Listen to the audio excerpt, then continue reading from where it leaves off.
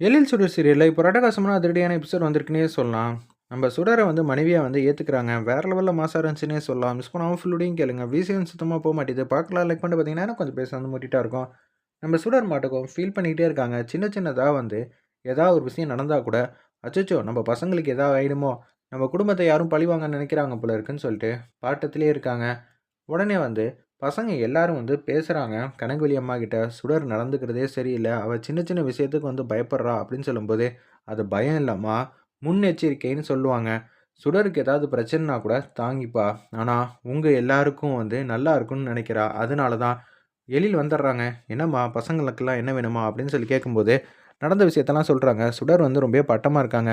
நீங்கள் என்ன ஏதுன்னு சுடர்கிட்ட வந்து பேசுங்க டேடிங்கிற மாதிரி சொன்னோன்னே, சரி பார்க்க போகலான்னு சொல்லிட்டு சுடரை வந்து பார்க்கலான்னு சொல்லிட்டு மாடிக்கு வந்து போகிறாங்க. எழில், சுடர் எப்படி இருக்க அப்படின்னு சொல்லி கேட்குறாங்க. இல்லைங்க, எனக்கு ரொம்ப பயமாக இருக்குங்க, எனக்கு என்ன சொல்கிறதுனே தெரியலன்னு சொல்லி அப்படியே வந்து எழில்கிட்ட வந்து புலம்புறாங்க. கண்டிப்பாக நீ சொல்கிறதெல்லாம் புரியுது, புரியாமல் இல்லை, நீ முன்னெச்சரிக்கையாக இருக்க, ஆனால் நான் தான் இருக்கேன்ல, நான் பத்திரமா பார்த்துக்கிறேன், சும்மானு இருங்க. ஆல்ரெடி வந்து இந்துமதி அக்காவை வந்து யாரோ பத்திரமா அமுச்சு வச்சுட்டாங்க. அடுத்தது என்ன நடந்துச்சுன்னு உங்களுக்கே தெரியும். ஸ்வேதா மூலியமாக வெளியே வரப்போகுதுன்னு சொல்லிட்டு அவங்க இது மாதிரி பண்ணுறாங்க. நம்ம வீட்டில் நடக்கிற விஷயம்லாம் வெளியாளுக்கு எப்படி தெரியுது? நிச்சயம் இங்கே இருக்கிறவங்க யாரோ ஒருத்தர் தான் சொல்கிறாங்கன்னு என்னால் நல்லா புரிஞ்சுக்க முடியுதுன்னு சொல்லி அந்த இடத்துல பேசுகிறாங்க.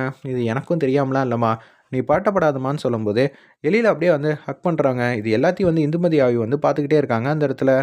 பரவாயில்ல, எழில் வந்து ஆறுதல் வந்து சொல்லிக்கிட்டு இருக்காங்க. இப்போ தான் வந்து சுடரை வந்து மனைவியா வந்து ஏற்றுக்கிறாரு போல இருக்கு. எனக்கு ரொம்பவே சந்தோஷமாவும், ஆனந்தமாவும் இருக்குங்கிற மாரி அந்த இடத்துல வந்து ஹேப்பியா வந்து யோசிச்சுட்டு இருக்காங்க நம்ப இந்துமதி ஆவி. அப்பன்னு பார்த்து, "நீ எதுக்கும் கவலைப்படாத, நான் தான் இருக்கேன்ல." தீபாவ பார்த்தாலும் எனக்கும் கொஞ்சம் கஷ்டமா தான் இருக்கு. நம்ம குடும்பத்துக்காக வந்து தீபா வந்து ஏகப்பட்டதெல்லாம் நல்லதெல்லாம் செஞ்சிருக்கா. அது மட்டுமா, இப்ப நம்ப எல்லாரும் வந்து சந்தோஷமா, நிம்மதியா இருக்க போறோம்னா, அது எல்லாத்துக்கும் காரணம் வந்து தீபா தான். நம்ப எல்லாத்துக்கும் வந்து நியாயத்த வந்து வாங்கி குடுக்காம விடமாட்டோம் அப்படின்னு சொல்லி, அந்த இடத்துல வந்து சூப்பரா வந்து பேசிட்டு இருக்காங்க. எழில் இது எல்லாத்தையும் பார்க்கும்போது வந்து ஹேப்பி ஆயிடுறாங்க நம்ம இந்துமதி ஆவி. சரிங்க. உங்க மேல நம்பிக்கை இருக்கு. நம்ம கூடிய சீக்கிரம் எல்லா விஷயத்தையும் கண்டுபிடிக்கணுங்க.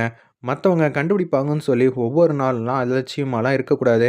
ஒரு நாள் போனாலும், இன்னொரு நாள் அது மாரி கிடைக்காது. பார்த்துக்கங்க. இதுவே வந்து நம்ம ஸ்வேதா விஷயத்திலே வந்து முன்கூட்டியே எல்லாத்தையும் கண்டுபிடிச்சிருந்தா, இப்ப நம்ம கூட வந்து தீபா இருந்திருப்பாள்ல, அப்படின்னு சொல்றாங்க. நீ சொல்றது புரிஞ்சுக்க முடியுதும்மா. நானும் வந்து தனிப்பட்ட முயற்சியில வந்து இனிமேட்டு ஆஃபீஸ் கூட போகாம, நான் வந்து நம்ம குடும்பத்த பத்திரமா வந்து பாதுகாக்க போறேன்.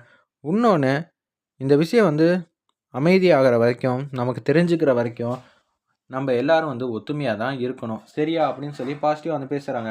குடும்பத்துக்காகவும், சுடருக்காகவும் வந்து எழில் வந்து இது மாரிலாம் முடிவெடுக்கிறாரு. இத நெனச்சா எனக்கு சந்தோஷமா தான் இருக்கு. கூடிய சீக்கிரம் வந்து நீங்க எல்லாரையும் வந்து ஏத்துக்க போறீங்க. இப்ப தான் வந்து மனைவியா வந்து ஏத்துக்கிறீங்களே, எனக்கு ரொம்பவே சந்தோஷமா இருக்குன்னு சொல்லிட்டு, அங்கேருந்து வந்து மறைஞ்சு போறாங்க. நம்ப இந்துமதி ஆவி. ஒரு பக்கம் வந்து இதுக்கு எல்லாத்துக்கும் காரணம் யாருன்னு நான் கண்டுபிடிக்கணும். என் சுடர வந்து வருத்தப்பட வச்சுட்டீங்கல்ல, அது யாரா இருந்தாலும் சரி, எப்பேர்ப்பட்ட ஆளா இருந்தாலும் சரி, நான் மன்னிக்கவே மாட்டேன்னு சொல்லி எழில் மாட்டுக்கும் செம மாஸ் பண்ணுறாங்க. வேற லெவல்ல இருந்துச்சுன்னே சொல்லலாம்.